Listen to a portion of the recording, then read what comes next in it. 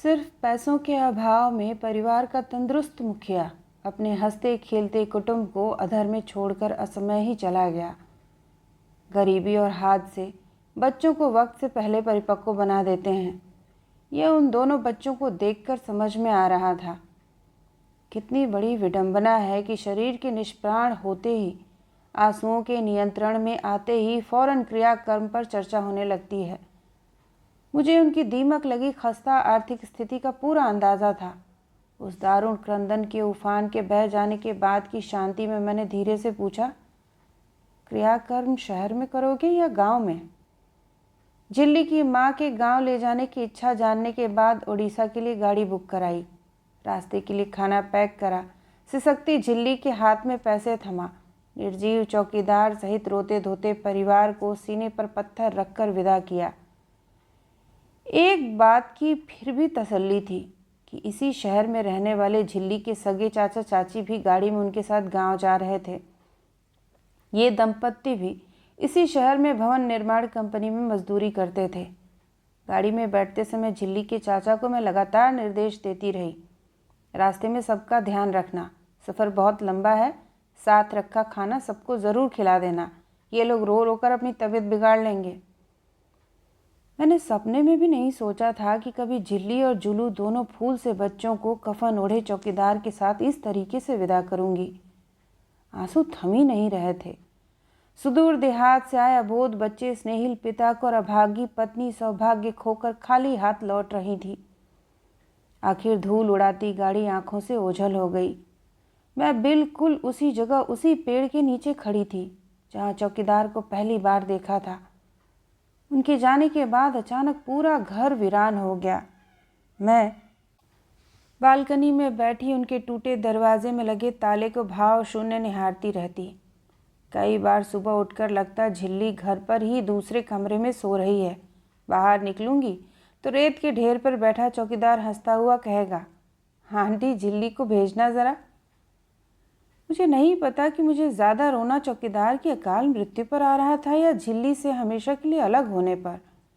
कई बार ख्याल आता था कि अगर उस दिन हम शहर में के बाहर होते तो उन तीनों को कौन संभालता, या झिल्ली मुझे अपने बाफा की तबीयत के बारे में पहले बताती तो हम चौकीदार को हॉस्पिटल ले जाते।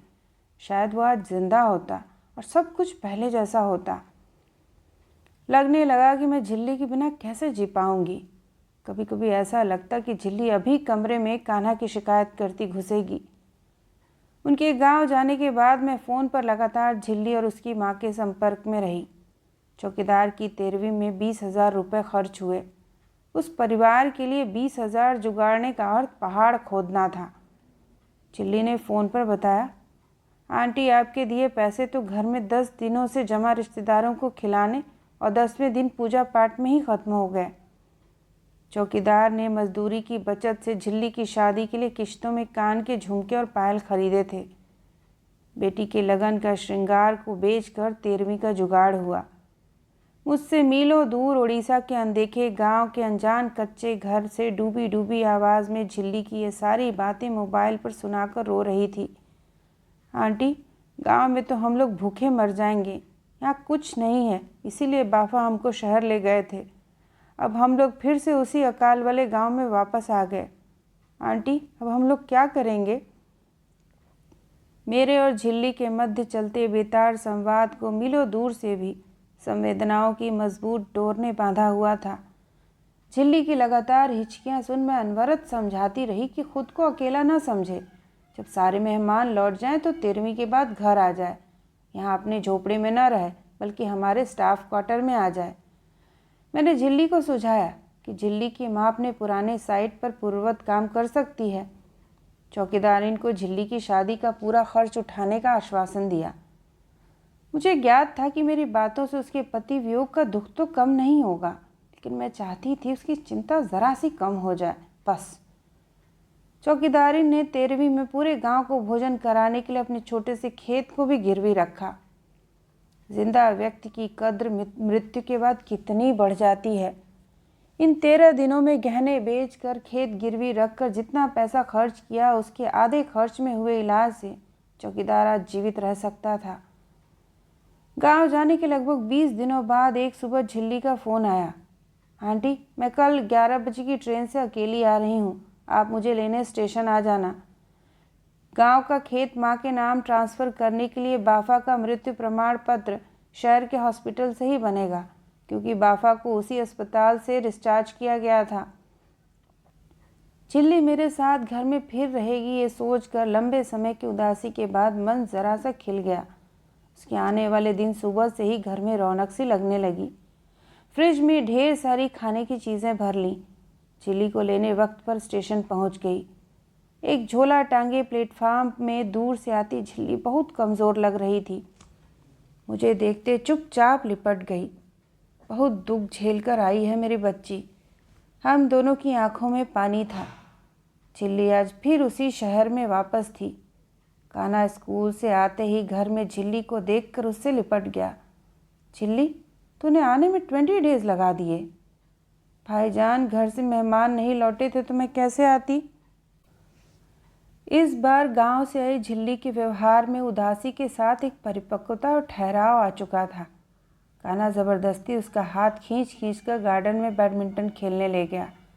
जब जुलू संग रहता था तब तीनों बच्चे क्रिकेट खेलना ज़्यादा पसंद करते थे। झिल्ली बेमन से बैडमिंटन रैकेट पकड़े गार्डन से अपने ताला लगे घर की तरफ ताकती रहती, उस घर की ओर जहाँ से महज 20 दिन पहले उसके बाफा मुस्कराते हुए बाहर निकले थे। उस घर से जहाँ चूल्हे में रखे बर्तनों से सौंधा सौंधा धुआं निकलता था, जहाँ एक कुनबा दिन भर की थकान के बाद भी सांस ढले मिल बैठकर हंसी ठिठोली करता। उस घर के भीतर वे खुशनुमा मंजर अब कभी नहीं देखने को मिलेंगे। चौकीदार का मृत्यु प्रमाण पत्र बनाने के लिए पोस्टमार्टम डिपार्टमेंट से उस तारीख को डिस्चार्ज किए गए शवों के नाम से झिल्ली के बाफा का नाम मिलान करवाना था। चौकीदार का पोस्टमार्टम किया गया था क्योंकि उसे हॉस्पिटल मृत अवस्था में लाया गया था। पोस्टमार्टम कार्यालय के रजिस्टर के नाम, चौकीदार के आधार कार्ड, झिल्ली के स्कूल सर्टिफिकेट में पिता के नामों का मिलान कर हमें वहां पावती मिली। पोस्टमार्टम विभाग की सरकारी पावती को जन्म मृत्यु विभाग में जमा करने पर उस नाम के व्यक्ति के मृत होने की आधिकारिक घोषणा होती है। घर से 10 किलोमीटर दूर हॉस्पिटल और कार्यालय के 6 या 7 चक्कर लगाने पड़े। अनेक कारण। अभी तो बाबू लंच टाइम के लिए गए हैं, 4 बजे के बाद मिलेंगे। अरे, आप तो 4:15 को आ रहे हैं, अभी 5 मिनट पहले घर के लिए निकल गए। ऐसा करिए, कल 11 बजे आ जाइए। अरे, आज तो बाबू छुट्टी पर हैं जी। एक मृत्यु प्रमाण पत्र के लिए इतने चक्कर और घंटों का इंतज़ार कष्टप्रद था। रोज़ रोज़ इतनी दूर हॉस्पिटल आकर बिना काम हुए घर लौटने पर झिल्ली झेंपते हुए खेद प्रकट करने लगती। आंटी, मैंने यहाँ वाले चाचा को बोला कि चलो मेरे साथ हॉस्पिटल, तो बोलते हैं कि अपनी आंटी को ही ले जा, वो पढ़ी लिखी हैं। चिल्ली द्वारा दी जा रही इतनी सफाई से मैं द्रवित हो गई। जन्म मृत्यु कार्यालय में एक बार फिर चौकीदार का आधार कार्ड खिड़की के छेद से आगे बढ़ाया। उस आधार कार्ड की तस्वीर में भी गरीब चौकीदार कितना प्रसन्न चित्त लग रहा था। कुछ दिनों पहले जिस आदमी को दिन रात मुस्कुराता देखती थी, आज उसी का आधार कार्ड पकड़े तेज बारिश में दवाइयों और गंदगी खटास से भरे सरकारी अस्पताल के गलियारे में उसका ही मृत्यु प्रमाण पत्र बनाने इस टेबल से उस टेबल घूम रही थी। चिल्ली शर्मिंदा थी। हॉस्पिटल में मेरे साथ साथ चलती सकुचाई सी बोलती, आंटी, मेरे कारण आपको रोज़ इतनी दूर अपना काम छोड़कर आना पड़ता है। बाफा ऊपर से देखकर खुश रहे होंगे कि मेरी बेटी अकेली नहीं है। मेरी खुशामद करती झिल्ली मुझे अच्छी नहीं लग रही थी। जब तक इस शहर में घर के बाजू में ही उसका परिवार था, तब उसमें ये दीनता नहीं थी। मेरे साथ पूरे अधिकार और निडरता से लड़ती थी और यही अपनापन मुझे उससे जोड़े हुए था। अब की बार उनमें कृतज्ञता से उपजी दीनता आ गई थी। उसका इस तरह से झुकना मेरे लिए बहुत पीड़ादायी था। आखिरकार मृत्यु प्रमाण पत्र पर सरकारी ठप्पा लगाकर खिड़की से बाहर निकले मेरे हाथ में दिया गया। प्रमाण पत्र पढ़कर अजीब लग रहा था। चौकीदार को इस कागज़ में मृत घोषित किया जा रहा है। चिल्ली ने झोले में प्रमाण पत्र डालते हुए इत्मीनान से कहा, चलो आंटी, बहुत बड़ा काम हो गया। इसके बिना खेत माँ के नाम नहीं हो सकता था। माँ, जुलू या मैं कोई भी ये काम नहीं करवा सकते थे। चौकीदार की मृत्यु पर सरकारी मुहर लगवाने के लिए हफ्तों की इतनी मशक्क़त लगी कि मृत्यु प्रमाण पत्र से दुख कम और उपलब्धि की संतुष्टि अधिक हो रही थी। ये हमारे सरकारी कार्यालयों की माया है कि वो परिजनों का दुख कम करने में इन अपरोक्ष विधियों से सहायता करते हैं। प्राणों से अधिक प्रिय व्यक्ति को खोने के बाद भी जीवित लोगों को सांसारिक व्यवस्थाएं करनी ही होती हैं। अभी भी झिल्ली का एक दूसरा ज़रूरी काम करवाना बाकी था। इस अचानक हुए हादसे में चौकीदार और उसकी पत्नी की बकाया मजदूरी के पैसे ठेकेदार के पास ही जमा रह गए थे। ठेकेदार से मिलने वाले 5,000 रुपये की कीमत इस परिवार के लिए क्या मायने रखती है, मुझे मालूम था। झिल्ली को गांव से आकर मेरे पास रहते 15 दिन से ज़्यादा हो चुके थे। इस बीच वो रोज़ हमारे घर से गांव में फ़ोन लगाकर माँ और जुलू से बात करती। मैं उसको समझाती, झिल्ली, फ़ोन बिल का टेंशन न ले, फ़ोन अनलिमिटेड फ्री है, घर पर देर तक बात कर लिया कर। वो माँ से फ़ोन पर उड़िया में घंटों बातें करती। बीच बीच में गला रूंधने से देर तक मोबाइल पकड़े झिल्ली चुपचाप बैठी रहती। इस बीच झिल्ली को मैं शहर में जहाँ भी घुमाने ले गई, वो कार में बैठी रास्ते भर लगातार बाफा की बातें करती। रास्ते में एक मंदिर देखती ज़ोर से चिल्लाई, देखो आंटी, देखो वो वाला मंदिर। बाफा हमें साइकिल में बैठाकर इस मंदिर में लाते थे। यहाँ गुरुवार को पूड़ी खीर का प्रसाद मिलता है। आंटी, अभी पीछे जो दुकान निकली है ना, बाफा राशन लेने इस दुकान पर आते थे। ये दुकानदार बहुत अच्छा है, राशन उधार भी देता है। आंटी, वो ठेला है ना, इधर जुलू और मैं एक बार गुपचुप खाने आए थे।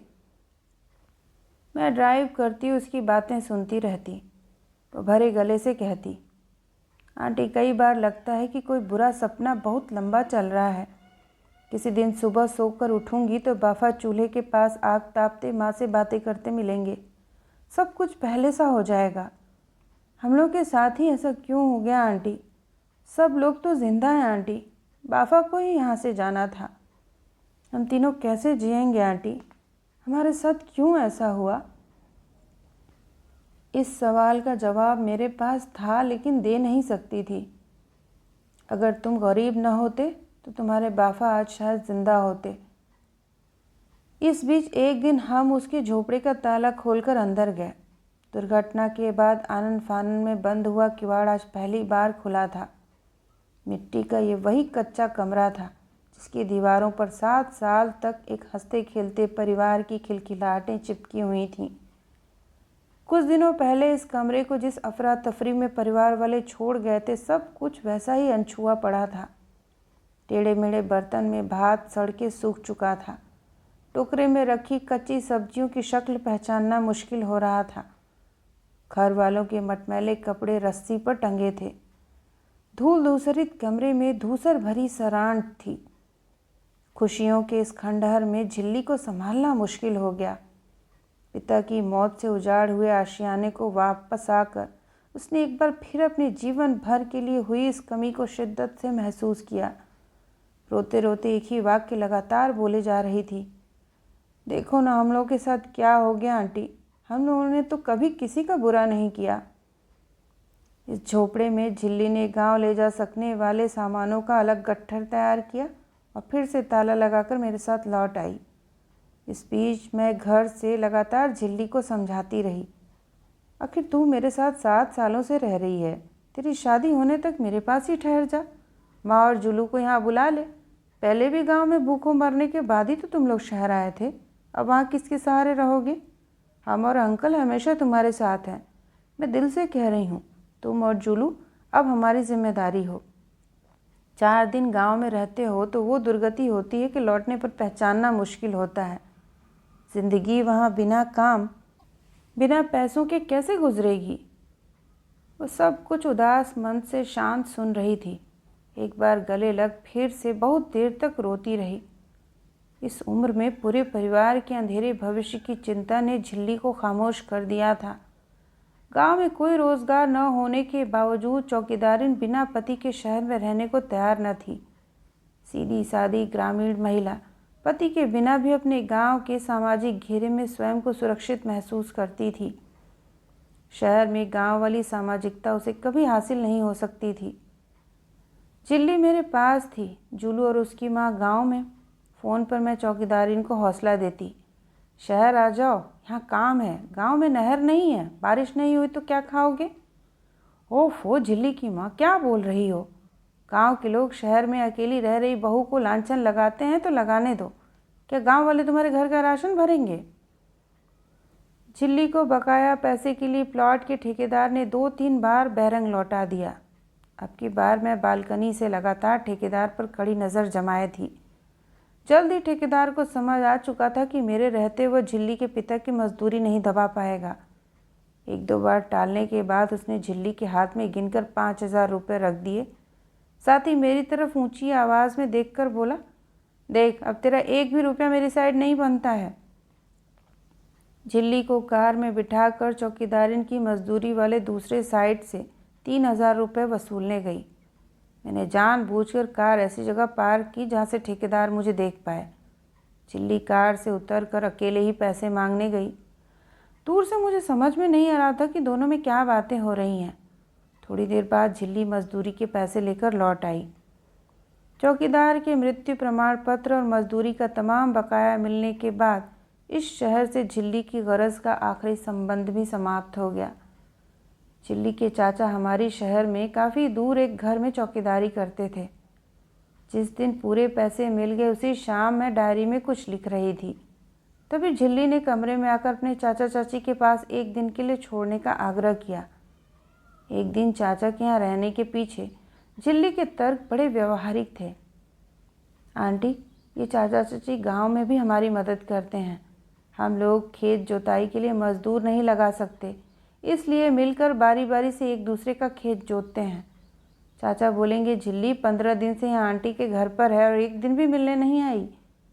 चाचा कल गांव जाने वाले हैं तो पैसे और मृत्यु प्रमाण पत्र भी माँ को पहुँचा देंगे।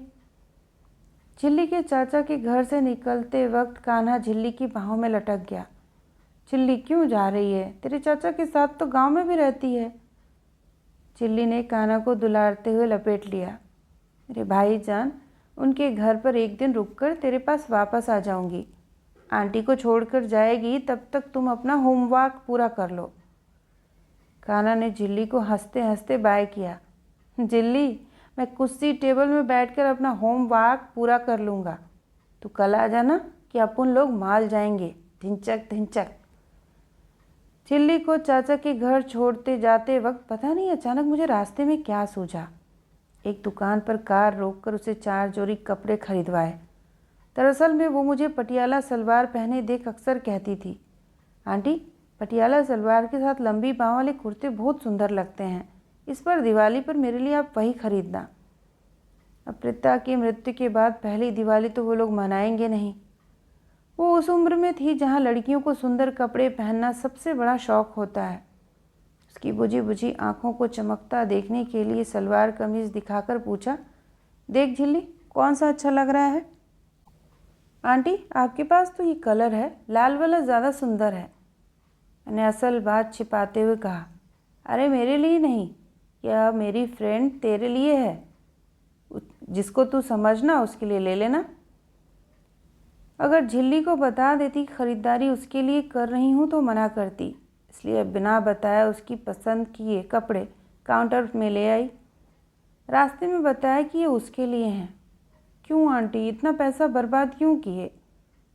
कार चलाते हुए झिल्ली के दिशा निर्देश पर उसके चाचा के घर की अनजान कीचड़ भरी गलियों की तरफ मुड़ती गई। झिल्ली, तेरे चाचा तो बहुत दूर रहते हैं, तू इनके घर इतनी दूर कब आई थी। आंटी, बाफा साइकिल में 1-2 बार लाए थे। आखिरकार एक बड़े से निर्माणाधीन बंगले के सामने झिल्ली ने गाड़ी रुकवाई।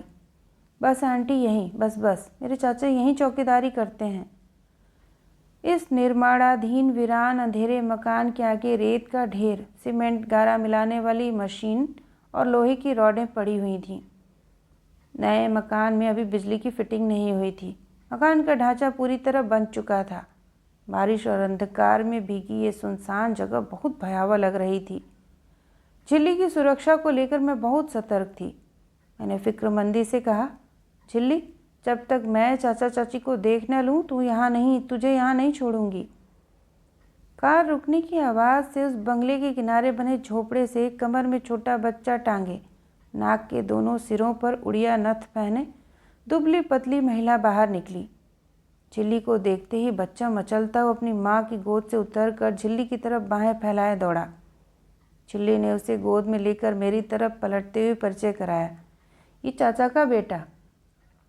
मैं आश्वस्त होकर लौटने लगी तो झिल्ली छोटे बच्चे को गोद में लिए हुए मुझे कार तक विदा करने आई। मैंने सीट पर बैठकर स्टीयरिंग थामे हुए पूछा, कल कितने बजे लेने आऊँ?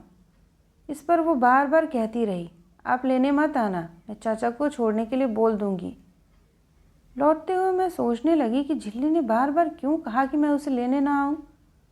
शायद उसे चाचा के घर 1-2 दिन रुकने का मन है, संकोच में वो बता नहीं पा रही। झिल्ली का बात बात पर मेरी सुविधा का ख्याल रखना शहर में विकल्पहीनता का परिणाम था, ये मेरे प्रति स्नेह, ये समझना दुष्कर था। झिल्ली को चाचा के यहाँ छोड़कर घर में घुसते उसके बिना खाली कमरे सूने और बहुत बड़े बड़े लग रहे थे। पिछले 15 दिनों से मैं फिर से झिल्ली की उपस्थिति की अभ्यस्त हो चुकी थी। कई बार मुझे घोर आश्चर्य हुआ कि झिल्ली से बेहतर मेरी मनस्थिति को कोई नहीं समझ पाया। आंटी, आप कभी कविता लिख कर आ रहे हो ना? मैं आश्चर्य में पड़ जाती। हाँ, पर तुझे कैसे मालूम हुआ?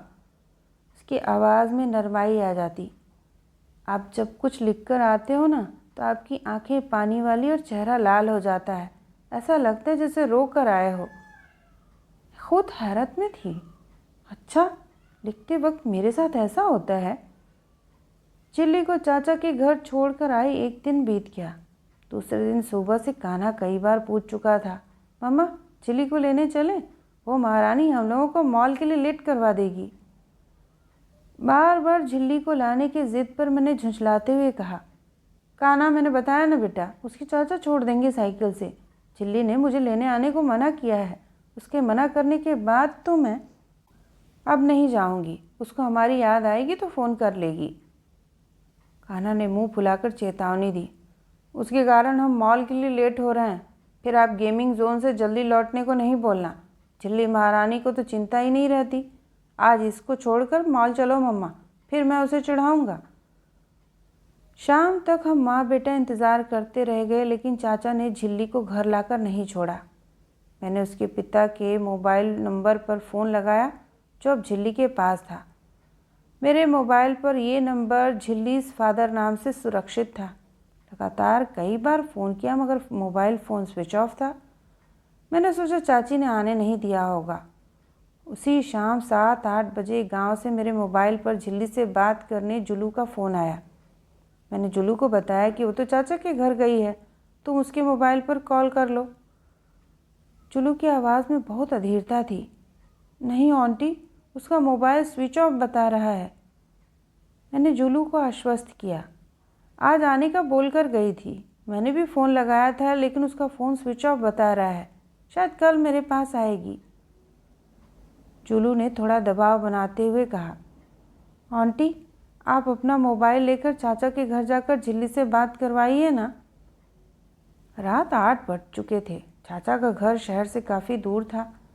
जुलू चाचा के घर साइकिल चलाता हुआ जाता था, इसलिए उसे उस दूरी का भी ज्ञान था। उस वक्त तेज़ बारिश हो रही थी। मैंने जुलू को अगली सुबह बात करवा देने की बात कही। तेज़ बारिश हो रही है बताने के बावजूद जुलू लगातार झिल्ली से बात करवा दीजिए कि रट लगाया था। जब से झिल्ली गांव से आई थी मैं रोज़ 1 घंटे फ़ोन पर उनकी बात करवा रही थी। झिल्ली कहीं संकोच में मुझे फ़ोन लगाने को न बोल दे या सोच खुद होकर बोलती, झिल्ली बेटा, घर पर याद से फ़ोन कर लिया कर, मम्मी को बहुत अकेला लगता होगा बेटा। जुल्लू तो लड़का है, बाहर खेलने निकल जाता है, तू मेरे साथ है। माँ घर पर तेरे बाफा को याद करती अकेला महसूस करती होगी। झिल्ली जब चाचा के घर के लिए निकली उसके 5 मिनट पहले तक भी गांव में बात हुई थी। उस एक दिन जब वो मेरे साथ नहीं थी, 15 वर्षीय बित्ते भर के जुलू ने दबाव बनाते हुए बड़ी बात कह दी, आंटी, कौन सा बारिश में आपको भीगते हुए जाना है? कार में तो जाते हो आंटी, चाचा के घर पर जाकर बात करवा दीजिए ना, बहुत ज़रूरी काम है। उसके तेवर देख मेरा पारा गर्म हो गया। मैंने गुस्से को नियंत्रित करते हुए बोला, देखती हूँ जा पाऊँगी या नहीं, बोलकर फ़ोन रख दिया। फ़ोन डिस्कनेक्ट करने के बाद भी मन बहुत विचलित था। न जाने गांव में इन गरीबों की ऐसी कौन सी बात है जो झिल्ली को ही बताना है। जुलू की बेअदब जिद पर क्रोध भी आ रहा था। मुझे पता था कि अगर मैं फ़ोन पर उनकी बात नहीं करवा पाई तो उनसे ज़्यादा मैं परेशान रहूँगी। छक मार कर कड़कती बिजली और बादल तोड़ बारिश में गाड़ी बाहर कर उन्हीं अंधेरी गलियों में दोबारा गई। रात की तेज़ बारिश में कार के शीशे पर नाचते वाइपर भी अंधकार भरे बाहरी दृश्य की स्पष्टता देने में असफल हो रहे थे। कई बार मोड़ पर भ्रमित हुई ठिठकी आखिरकार किसी तरह अपने गंतव्य पर पहुंची। चाचा के निर्माणाधीन भवन के सामने कार रोकते ही बारिश से बचने के लिए सिर पर हाथ रख उस झोपड़े तक दौड़ते हुए पहुंची। दरवाजे पर झिल्ली झिल्ली सुन झोपड़े के बौने दरवाजे से एक मजदूर बाहर निकला। हम दोनों ने एक दूसरे को अनुमान से पहचान लिया। चाचा ने आंखों में अचरज भरकर कहा, झिल्ली तो आपका घोर गया है। मुझे ताज्जुब हुआ कि इतनी दूर रात के बरसते पानी में लड़की को अकेले पैदल कैसे भेज दिया। मैंने नाराज़ होकर पूछा, किस रास्ते से गई है, मुझे तो नहीं मिली। चाचा की आवाज़ में अब चिंता की झलक आ चुकी थी। अरे वो तो सुबह 6 बजे ही कान्हा के घर जा रहा हूँ बोल के निकला था। मेरे पैरों तले ज़मीन खिसक गई। मैंने उन्हें बताया, झिल्ली तो मेरे घर पहुँची ही नहीं। बातचीत सुन चाची भी जलता चूल्हा छोड़ बाहर आ गई। चाचा से पता चला कि झिल्ली सुबह अपने कपड़ों का बैग लेकर हमारे घर के लिए निकली थी। एक पल को मन कांप गया कि रास्ते में उसके साथ कहीं कोई अनहोनी तो नहीं हो गई, मगर झिल्ली की चाची ने मेरी शंकाओं को दूर कर दिया। झिल्ली ने चाची को बताया था कि कान्हा की मम्मी का फ़ोन आया है कि अगली गली में इंतज़ार कर रही हैं। अपने चाचा चाची को मेरे उस फ़ोन के बारे में कहा जो मैंने उसे किया ही नहीं था। तब समझ में आया कि वो योजनाबद्ध तरीके से झूठ बोलकर चाचा के घर से निकली है। एक पल जड़वत खड़े रहने के बाद मैंने झिल्ली के चाचा को कहा, उसकी माँ को गांव फ़ोन करके अभी कुछ मत कहना। झिल्ली मुझे बोलकर गई थी कि वो 2 दिन तक आपके घर रहेगी और फिर मेरे पास लौट आएगी। झिल्ली के दिमाग में है कि आंटी सोचे कि वो चाचा के घर पर है और चाचा निश्चिंत रहें कि वो कान्हा के घर पर है। इस तरह वो 2 दिन आराम से गायब रहकर कल तक लौटने की योजना में है। वो कल सुबह तक मेरे घर पक्का आ जाएगी, फिर उसकी खबर लेती हूँ। आप गांव फ़ोन करके मत बताइएगा, उसकी माँ का रो रो कर बुरा हाल हो जाएगा। मेरे चुप होते ही झिल्ली की चाची ने अपने पति से धीमी आवाज़ में कहा, वही लोड़का के साथ भाग गई। रास्ते भर जहन में हज़ारों सवाल। जुलू ने झिल्ली से बात करवाने का इतना दबाव क्यों बनाया? क्या गांव में ही उन्हें झिल्ली के गायब होने की बाबत कोई भनक लग गई है या वो खबर की पुष्टि करना चाहता है? अब थोड़ी देर में फिर जुलू का फ़ोन आया तो मैं क्या जवाब दूंगी? झिल्ली अगर वापस नहीं लौटी तो उसकी माँ का क्या हाल होगा? झिल्ली हम सबको अंधेरे में रख किसी के साथ 2 दिन बिताना चाहती थी। शहर में तो किसी से कोई जान पहचान नहीं, फिर किसके साथ गई? क्या कोई गांव से हमारे शहर उससे मिलने आया था? फ़ोन पर घंटों उड़िया में जिससे बातें करती थी वो उसकी माँ न होकर कोई और था। मैं घर पहुंचकर भी झिल्ली का नंबर लगातार लगाती रही। पूरी रात बिस्तर पर बेचैनी से करवटें बदलते गुजरी। झिल्ली अभी इस वक्त रात में किसके साथ होगी सोच सोचकर गुस्से में सर फटने लगा। क्रोध और फिक्र के ज्वार बढ़ते ही जा रहे थे। आने दो, सुबह खबर लूँगी उसकी। लंपट लड़की कल मेरे पास सामान्य ढंग से इस तरह लौटेगी कि चाचा के घर से आ रही है। पहले तो मैं अनजान बनकर पूछूंगी, अच्छा चाचा ने 2 दिन रोक लिया तुझे? उसके हाँ करते फिर अच्छी फटकार लगाऊंगी। बेशर्म लड़की, बाफा को गए महीना भर नहीं भरा और तुझे मटर गश्ती सूझ रही है। माँ और भाई गांव में सदमे से उभरे नहीं है, तू यहाँ आवारगी कर रही है। आधी रात जागते रहने के बाद फिर उसका मोबाइल ट्राई किया, लेकिन उसे लताड़ने के मंसूबे धरे रह गए जब उसके फ़ोन के नॉट रीचेबल का मैसेज गुजराती भाषा में नॉट रीचेबल बताने लगा। मतलब वो यहाँ से बहुत दूर गुजरात पहुँच चुकी है। अब दिमाग फिर घूमने लगा, कहीं लड़की किसी गलत हाथ में तो नहीं पड़ गई। रात में जुलू ने झिल्ली से बात करने के लिए दोबारा फ़ोन नहीं किया था। इसका मतलब था चाचा ने गांव में जूली और उसकी माँ को झिल्ली की गुमशुदगी के विषय में बता दिया था। ये भगवान, उन दोनों पर क्या बीत रही होगी। झिल्ली की वापसी की सारी संभावना समाप्त हो चुकी थी। वो हमारी दुनिया से मीलों दूर जा चुकी थी। मेरी आंखों के आगे 2 दिन पहले का सारा घटनाक्रम एक चलचित्र सा घूमने लगा। कल क्या इसीलिए रसोई में झिल्ली ने कान्हा की पसंदीदा नमकीन बनाए? ले भाईजान, तेरे लिए महीने भर का नमकीन इस डिब्बे में रख रही हूँ। बाजार की चीज़ें मत खाया कर भाई, पैसा भी जाता है और शरीर का नुकसान भी होता है। कल शाम जाने से पहले लॉन से गुलाब तोड़ मुझे दिया, मेरी प्यारी आंटी। मैंने कहा भी, अरे क्यों तोड़ दिए? फूल पेड़ पर ही अच्छे लगते हैं। आओ ना आंटी, ये टेबल पकड़ने लगो, सोफे की जगह बदल कर जाऊंगी।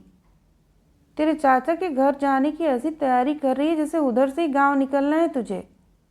ओफो झिल्ली, कान्हा की बुक्स निकाल कर ज़मीन पर क्यों फैला दी? आपको क्या करना है? आप जाओ ना यहाँ से, मैं भाईजान की अलमारी सजा रही हूँ।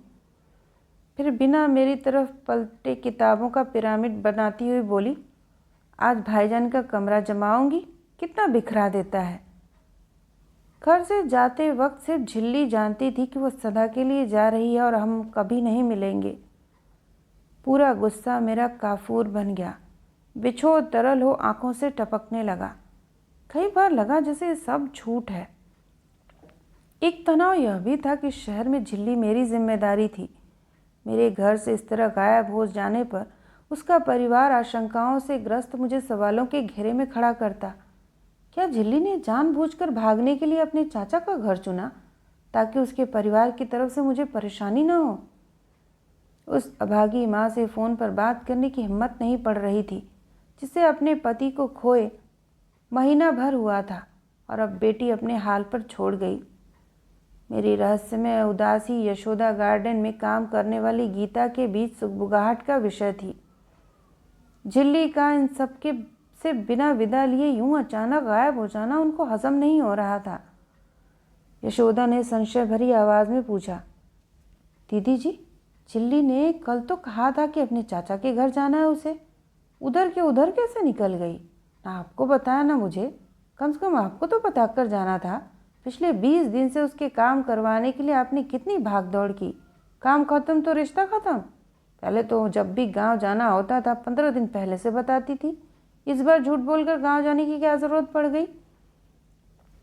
झिल्ली को कोसने का यशोदा को अच्छा अवसर हाथ लगा था। वो अनपढ़ ज़रूर थी, लेकिन चेहरे के मनोभाव का व्याकरण पढ़ना जानती थी।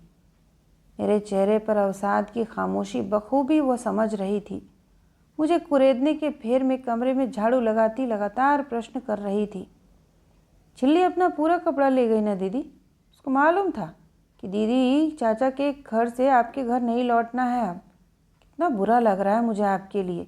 ओडिशा साइड दिन भर में 2 ट्रेन जाती है। वो आपके घर से कितने बजे गई? लाओ फ़ोन लगाओ तो मैं उसे अच्छे से डांटती हूँ। यशोदा की चालाकियाँ मेरी समझ में आ रही थीं। तो क्या यशोदा को भी झिल्ली के किसी प्रेम प्रकरण की भनक थी?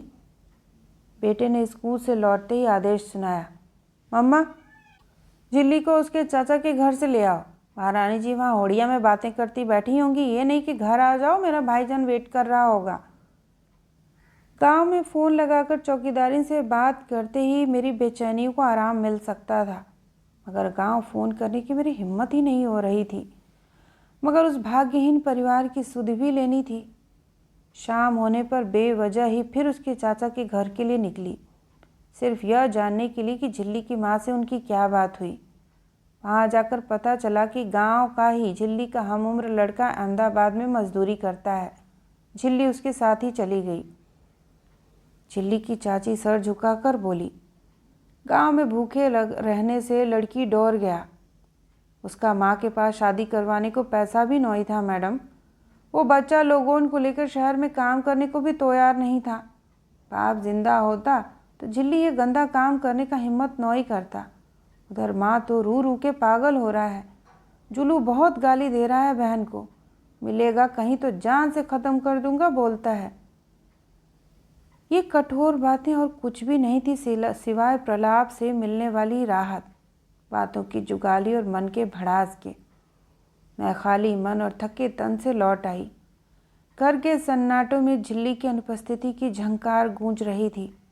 4 दिन पहले मेरी जरीदार भारी साड़ियों को कीड़ों से बचाने की गोलियां डालते उसने कहा था, झिल्ली ये सब साड़ियां तेरी शादी तक संभाल कर रखनी है, दहेज में ले जाना सब। मन को बारहा समझाया, झिल्ली जा चुकी है। पिता की मृत्यु के बाद भी झिल्ली एक बार चली गई थी, लेकिन उसमें फ़र्क था। मैं उसके जाने के बाद भी फ़ोन से रोज़ाना संपर्क में थी। इस बार वो हम सबको छोड़कर धोखा देकर गई थी। जब मेरी व्याकुलता का ये हाल है तो गांव में माँ बेटे पर क्या बीत रही होगी। सांस बटोर कर 1 सप्ताह बाद गांव के नंबर पर फ़ोन लगाया। मेरी आवाज़ सुनते ही झिल्ली की माँ की हिचकियाँ बंद ही नहीं हो रही थीं। फ़ोन पर आज वो 2 महिलाएं थीं जिनसे झिल्ली अपने जीवन में सबसे ज़्यादा जुड़ी हुई थी। झिल्ली की माँ से फ़ोन पर हुई लंबी बातचीत का जो सार निकला वो कुछ इस तरह था कि झिल्ली और वो लड़का फ़ोन पर लगातार संपर्क में थे।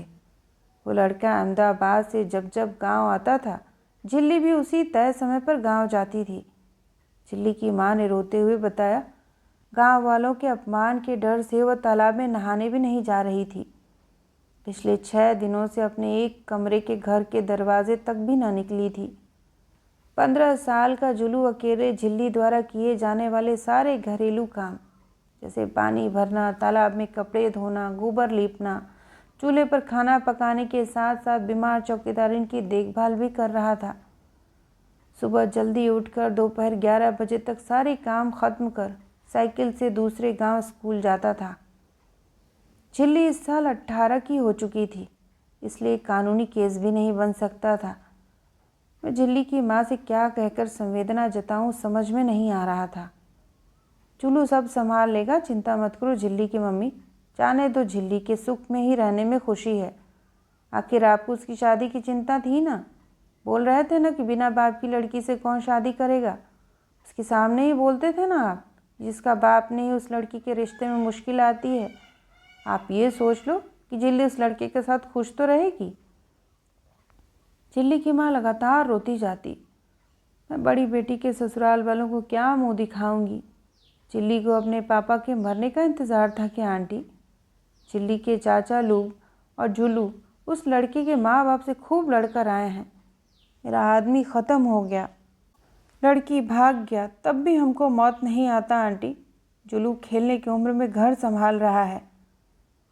अनवरत हिचकियों के बीच चौकीदार ने बताया कि उस लड़के का घर गांव में झिल्ली के घर के ठीक सामने ही था। झिल्ली के घर छोड़कर जाने के बाद दोनों परिवारों में हुआ झगड़ा बेहद तनावपूर्ण और खौफनाक था। 16 साल के जुलू और झिल्ली के चाचा के उस लड़के के परिवार वालों से हाथापाई हुई। झिल्ली की माँ कभी रोती कभी घटनाओं का ब्यौरा देती। आंटी, जुलू को मार तो नहीं डालेगा वो लोग? गांव में सूखा पड़ा तो हमारा भी आदमी फांसी मत लगा ले बोलकर कमाने शहर गया। उधर भी जाकर आखिर मरा ना आंटी। गरीब को बिना मौत मरना ही है। अगर जुलू का बाफा जिंदा होता तो झिल्ली हमारा नाक नहीं कटवा पाती आंटी। आंटी, अब हम लोगों को भी मर जाना चाहिए। जुलू अकेला कैसे खेती संभालेगा? बिना बाप का मेरा बच्चा कहाँ जाएगा आंटी? मुझे अजीब लग रहा था कि झिल्ली अब हम में से किसी के जीवन में नहीं थी। जुलू को यकीन था कि वो आवारा लड़का झिल्ली को धोखा देगा और हताश झिल्ली सहायता के लिए मेरे पास ही लौटेगी। उसने अपनी माँ के हाथ से फ़ोन ले उत्तेजना में मुझसे कहा, आंटी, आप झिल्ली को घर में घुसने मत देना, आएगा तो चप्पल से खूब पिटाई करना। अपमान और धोखे से उपजी पीड़ा और आक्रोश को मैं समझ रही थी। झिल्ली बालिग हो चुकी थी, अपने जीवन के फैसले लेने का उसे कानूनी अधिकार था। शादी करना कोई गुनाह नहीं है, सारे तर्क दिमाग समझता है, लेकिन दिल रिश्तों में दगा को बर्दाश्त नहीं कर पा रहा था। झिल्ली के नज़रिए से देखने पर समझ आता है कि हम में से किसी को भी अगर भनक होती तो शायद हम सभी उसके इस फैसले का विरोध करते। मैं शायद उसे परिवार को विश्वास में लेने की सलाह देती, शायद उसके परिवार को सूचित कर देती, या स्वयं उन्हें उस शादी के लिए राज़ी करने की कोशिश करती। ये सब मेरी शहरी बुद्धि के तर्क थे। झिल्ली को भान था कि गांव में समगोत्री शादी के लिए परिवार को सहमत करना असंभव है। यशोदा के लिए जब झिल्ली की अनुपस्थिति और मेरी मायूसी पर से रहस्य के बादल पूरी तरह छंट गए। हमारे शहर में ही रह रही झिल्ली की चाची और यशोदा की किसी उड़िया परिवार में नवजात की छठी के कार्यक्रम में मुलाकात हो गई। यशोदा ने अपनी पुलक को नियंत्रण में रखते हुए मुझसे शिकायत की, क्या दीदी, झिल्ली किसी लड़के के साथ भाग गई? बता देते तो मैं उसको बदनाम करती क्या? आपको मुझ पर भरोसा नहीं था? झिल्ली के लिए भाग गई जैसा सस्ता शब्द बहुत बुरा लगा। खून का घूंट पीकर रहने का वक्त था। यशोदा को आज वो अवसर मिला था जब मुझसे सहानुभूति की आड़ में वो खुलकर अपनी भड़ास निकाल सकती थी। ऐसा नहीं करना था दीदी उसको। आप लोगों को कितना भरोसा था उस पर। बेटी जैसा रखे एक पल को ख्याल नहीं किया। आपके घर जैसा पहनना ओढ़ना खाना पीना तो नहीं मिलने वाला। आपको उस पर विश्वास नहीं करना था दीदी। आपके घर से कुछ चोरी तो नहीं करके भागी? अब मेरा धैर्य जवाब दे चुका था। यशोदा, वो चली गई इसका मतलब यह नहीं कि वो चोर है। जाने से पहले वो घर के कोने कोने को सजा कर गई। मुझे बताकर जाती तो क्या मैं जाने देती उसे? यशोदा को निंदा रस का सुख न मिला। धीरे धीरे दिनचर्या झिल्ली के बिना पटरी पर आना सीख रही थी। कितनी बार लगता था कि अभी कमरे में मटकती घुसेगी नए खुलासे के साथ। कई बार आभास हुआ जैसे बाजू वाले कमरे में टीवी देख रही है या नीचे कान्हा के साथ खेल रही है। कान्हा को किसी तरह समझाया कि उसके स्कूल से फ़ोन आया था, इसलिए उसे बिना मिले ही जाना पड़ा। 15-20 दिनों बाद गांव से जुलू का फ़ोन आया। आंटी, मेरी साइकिल आप लोगों के घर पर है ना? मैंने उसके पिता की साइकिल हिफाजत से पीछे के आंगन में रखवा दी थी। मुझे उस परिवार के लिए एक साइकिल की कीमत पता थी।